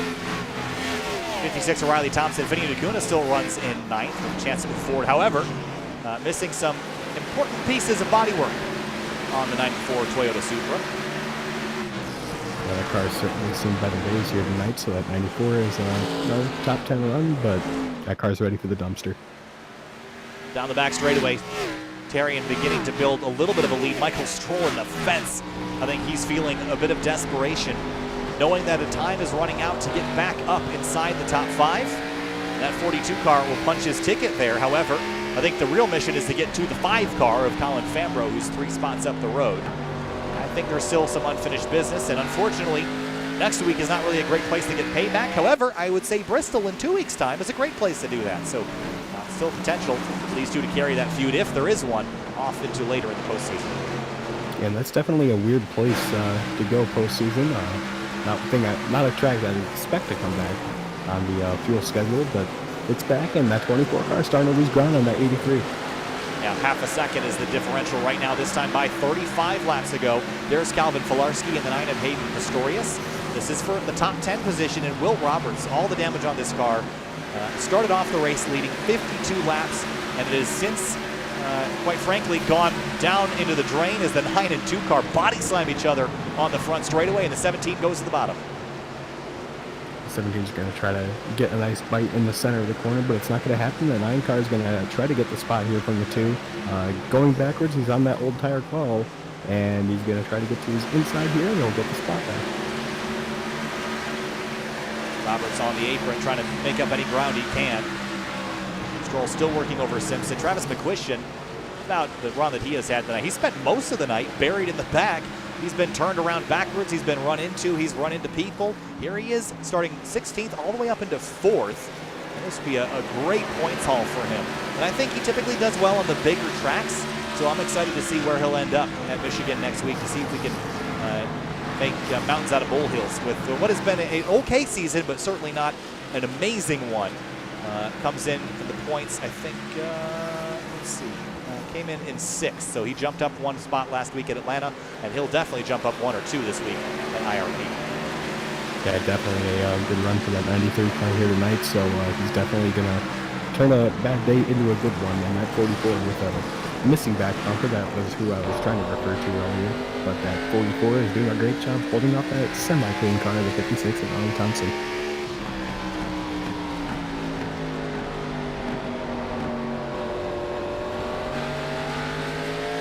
Closing in the final 30 laps of this race, just under 12 minutes to go. If you've been watching here on the East Coast, you've been watching since about 8:50 p.m. It's been about an hour and a half since we started the stream, and with 30 laps to go, Shane Terrian came in as the points leader, 5 ahead of Thomas Bressi. And again, this starts the beginning of the Fuel Finals, and while Shane Terrian had the points lead, he had never won a race this season. He stands in a place where he could get his first win. The wins have been spread out mostly. Byron Daly got 3 wins early in the season, but other than that, the only multiple race winner is Nicholas Johnson, who's also out of the season. So that leaves wins for Welker, Hensley, Thompson, Chad Simpson, and Thomas Bressi. Nobody else, other than Nick and Delicato and Matt Hollabaugh, can claim wins this year. So, and Matt Hollabaugh is way down the order in about 37th position. So, with under 30 to go, Shane Terrian looks to cement his victory. In your mind, Liam, does this solidify him as the championship favorite, or are we still counting on Thomas Bressi to average out better? I think it's just a matter of who practices the most. I mean, these two are pretty much even. You know, maybe one's better here or there than the other, but it's going to be a matter of who can get their practice in for the upcoming tracks. They're definitely completely different from each other, so that it's going to be a matter of who can prepare themselves best compared to each other. And 56 is going to go by the 44 on the straightaway here. Make quick work of that 44 Tyler Hensley. And he'll put himself up into 7th position now. No other major battles on the racetrack, and surprisingly, we're on a calm note here for having a chaotic middle portion of the race. But I'm still keeping an eye on the front runners, just because Colin Fambro, the last couple times around, has been the quickest car on the racetrack, and he's actually about to run down Thomas Bressi. I'm not convinced he'll have the time to run down Shane Terrian. He's about 1.8 seconds back once he gets to the 24 car. So with 25 to go, it's a tall hill to climb. Not impossible by any stretch, but Shane Terrian looking okay, I think, as long as the race stays green. Yeah, if he manages that gap a little bit so he can not lose too much time on that 5 car, he has to make sure that 5 and 24 battle each other for a little bit longer, and once he gets to 20 to go, he can start to get comfortable a little bit. Oh, he smacks along a little bit. I'm not sure if he got it. He was really close to catching it, as I think he's feeling the pressure now from Fambro, and the 5 is going to go by. And you have to wonder for Thomas Bressi, who's his biggest concern? Is it the 5 car of Fambro in the championship, or is it the 83? If I'm Thomas Bressi, maybe I let this 5 car go run him down, because they're going to touch it coming out of turn 4. I think he's going to be forced to let him go. But if I'm Bressi, I want the 5 to go run him down. I want to keep the 83 out of the winner's column, but he's going to fight hard for 2nd place. Yeah, you got to keep every point you can, and that 5 car has been very aggressive, and he's been letting everyone know that, hey, I need these points early, and I need them now, so that 5 car is doing everything he can to keep them. Lock up for the 24 in turn 3. Now they're going to run side by side off the 4th corner. Fambro battling hard for 2nd, trying to clear that 24 car and run up to the leader, but he's now lost 1 full second, and he's through, but now it's a 3-second differential to the leader as everybody converges on 2nd place. And that 24 car is doing everything he can to try to battle back to get the back bump of the 5, and it's not going to happen. So Colin Fambro is going to slot himself into 2nd place, and he's going to focus on that number 83 car. 3 seconds on the run. Shane Terrian's last lap was a 23.642 to Fambro's 23.650. So 8 thousandths quicker. But still, I don't want to say a long time left, because it's not. It's not a long time left, but it's enough time if Fambro can start clicking off a 10th a lap, or maybe a 10th and a half a lap. That would probably get him there just in time. If the caution comes out, it's anybody's race. But with the way things have been going, I think we'll probably go green to the end. Vinny DeCuna up to 9th place, as we mentioned, even missing that front bumper as he tries to run down Tyler Hensley in the 44. And Finion's been doing a great job, making a lot with little now, as he's probably down a good bit RPM, and same with that 44 car. And this would be a great run for Finion. I believe it'd be one of his first top 10s of the year, then maybe his 2nd from last week's top 10s. So great run for the 94 tonight. Fambro did gain that time about a half a tenth. He's going to have to be more than that to get there. 20 laps to go for the race leader. The question, and Chad Simpson going at it. Here's Riley Thompson and Michael Stroll. That's for 6th. And look at those standings right now. 8 of the top 10 rather are Fuel Finals competitors. And in the order that they're in will likely be the order that they'll leave in the points. So this is going to be an interesting discussion when we head into Michigan next week. Is drivers that ran better than I thought they'd run. I think Travis McQuistion surprised a couple people tonight. And I think the 17 surprised people early but wasn't able to fill it out. But otherwise, I think the 83, 24, and 5 were all drivers we thought would be strong. And Chad Simpson, or I should say Riley Thompson, is through to 5th and now sets his sights on Chad Simpson. Yeah, Riley Thompson sorts himself through in the 83. It's all him up front, but that gap is starting to shrink a little bit from that 5 to the 83, so that 5 is pushing hard to try to catch him. Bressi under attack from the 93. And Fambro is gaining on the race leader. That gap is down to 2.6 seconds, and he is pushing. That time was only a 25,000th of a second gain, but it's not out of the question just yet, especially if the 83 hits lap traffic. Thomas Bressi, though, this is going to be a really interesting next 17 or 16 laps. He has to hold off 4 drivers behind him that all want that position. Yeah, and he has to do everything he can to not make this fall off magnified by his sort of lack of speed there, as the 93 is trying to get position really quickly there, and he's trying to get up into the 3rd, and that'd be big for him at the points, especially with how badly he was running earlier in the race. Not even the top half of the ticker, so that 93 car doing really well, making a lot of fun. 15 laps to go, 2.6 second gap as Fambro continues to try to reel in that 83. Bressi, Travis McQuistion, and Chad Simpson. This could get a little ugly here if they start leaning on each other, so I'm not convinced that we're going green all the way to the checkers. I'm hopeful, but not convinced. Yeah, I'm not convinced quite yet either. 15 to go, it's plenty of time for something to happen. Maybe someone get a little aggressive there. As we see the 93 and 24 get really close together. Definitely wouldn't be surprised at all to see sparks fly. Bressi, McQuistion, Simpson, 3, 4, 5. Best battle on the racetrack right now that we can watch. Still a gain for Fambro, but I just don't think he's gaining enough. He's still going to go after him. And there's still time. Up front, Shane Terrian is just trying to put down some of the best laps of his 2020 Fuel Mission 22 Premier Series career to try to keep that 5 car behind him. What Colin Fambro has against him is time. He only has about 5 minutes worth of time to get back to the 83, and even then, how do you get by him? In under probably 30 seconds is always going to have to deal with him, maybe a lap or 2. 2.2 seconds, a much bigger gain, 2/10 that time. But Liam, I'm just not sure if it's enough. He's still giving it all he's got, though. Yeah, one thing I wouldn't be surprised at all to see from that 5 once he gets, if he gets that 83 car, is a very quick way to get by the 83 car. I'm sure everybody knows what that is, and maybe laying the bumper to him. Definitely wanted to get a win. I think he's winless so far this season. So Colin Fambro really hungry for a win. And so is that 83 car. Riley Thompson looking for 5th spot on Chad Simpson. 4 drivers going for 3rd place. And coming to 10 laps to go this time, Colin Fambro continues to reel in Shane Terrian. But at this point, it's got to be a solid 2 to 3/10 a lap if he wants a chance. The 83 looks like he's struggling a little bit. Oh, that time Fambro actually lost ground. That cannot happen if he wants to get there in time. Yeah, I saw him running a little bit high in some corners, so he's using every inch of the racetrack, and now he's starting to fall off and pay the price for doing that. So that 5 car, I don't think he's going to be able to get up to him, but that 93 car may be able to be a saving grace. Oh, side by side for position here. They're going to rub as they come out of turn number 4. And down into turn 1. Oh, McQuistion sideways. They touch again. The 24 almost all the way up into the barrier. McQuistion tries to get through. He's not quite there. Bressi throttles back up onto the back straightaway. They run each other all the way to the fence, and Simpson's got a view from behind. Yeah, patience starting to run out of here between these two, and that 93 car, he's just almost clear there.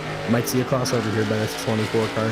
Not going to happen, and the 93 just barely clears him, and here comes a 42 Chad Simpson with a great run tonight. He couldn't cross him over because the 42 car was there, so a 4-car battle for 3rd place with 8 to go. 2-second gap between the race leaders, and there is a potential for a caution at any moment the way these guys are racing. Bressi might feel a little bit wronged by the pushing and shoving, but that's just short track racing here at Lucas Oil Raceway Park. Thompson to the back of the 24. He's boxed in by the 42, and don't look too far back to find Michael Stroll. Yeah, Michael Stroll running really well inside the top 10. You know, 70 is probably looking for more tonight, but that 56 car is trying to get by this 42, and he's going to try to take it to the 24. But I don't think the 56 will get by this 24 car, but he'll definitely get by the 42 as seen here. Michael Stroll watching, ready to pick up a spot or two if he can slot to the outside. Chad Simpson sees it coming, jumps up to the outside groove to block that 8 car. And now it's a 5-car train for 3rd place. I think McQuistion's got it. Look at the 56 turn hard left down the racetrack. 6 laps to go and 2 seconds still separate the 2 race leaders. I'm thinking Terrian's in position with 5 to go, but still the potential for a yellow from 3rd, or actually make that 4th on back now as McQuistion drives away. Yeah, McQuistion's trying to drive away, so that 56 car is going to try to make quick work of this 24 car. I don't think he'll catch the 50 or the 93, but that 24 and the 56 is going to be a big battle here in the points. But he just can't quite get the bite down to get the momentum set up for the straightaway. Thompson took a dive, and that's going to open up the outside for the 42 of Simpson. He'll go there, and Stroll going to see the blood in the water and try to sneak up there as well before the 42 clears the 56. If Thompson's smart, he'll try to slot in there before he gets cleared. And Stroll is going to try to fill that hole on the outside lane. Got a fender in there, but not quite. As a 56 will try, can't do it. Yeah, the 56 is trying to get in the hole there, so he's not going to get there. And he's going to lose 2 spots trying to go for 1. So that's one of the characteristics of this racetrack. If you miss a corner, you're going to lose a few spots, almost guaranteed. So that 8 car is going to try to get the spot away from the 56 and try to slot himself into 6th. That'll be big in the points. With only a couple laps to go, the battle for 4th had heated up. The 24 locks it up. The 42 to the bottom of the racetrack. He wants by 2 laps to go for the race leader, Shane Terrian. The gap has fallen to 1.5 seconds, but the battle behind is still for 4th. Bressi trying to hold off and try to keep that differential between him and Terrian as small as possible. They'll only have 3 rounds after this one to make up any ground that they lose tonight. And for Travis McQuistion to battle through all that he did to get into 3rd, he has put himself in position for a top 5 white flag in the air for the race leaders. As the 8 and 56 drag race down the front stretch. Thompson is through. He wants a top 6, and he might get it. For Shane Terrian, battling all season long. Competitive from start to the end of the regular season. Consistent. Came in as a points leader and will leave as a winner from Lucas Oil Raceway Park in the Fuel Mission 22 Premier Series. Colin Fambrough 2nd, McQuistion 3rd, Bressi and Simpson to the line. Side by side, Bressi, Simpson, Thompson, Stroll. 4th, 5th, 6th, 7th, Hensley, DeCuna, and Hayden Pistorius rounding out the rest of your top 10. A little bit of a spin by the 50 of Case Locatus there, but the 5 gives him a nice little congratulatory bump there. And Shane Terrian, finally a winner. It was just a matter of when it was going to happen. And what a race, what a drive by the 83 of Shane Terrian. And he did it.